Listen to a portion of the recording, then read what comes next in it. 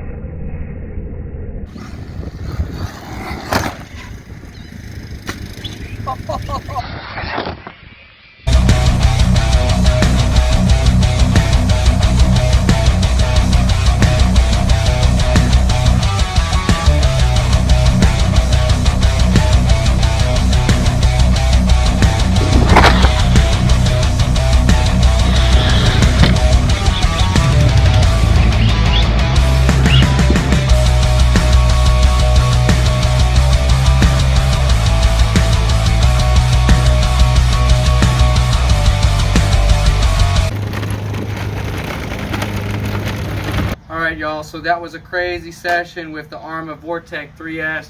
As you can see, it was going like 40 feet in the air, doing double backflips. I am so impressed with this truck. That crash was insane as well. I'm amazed that nothing broke.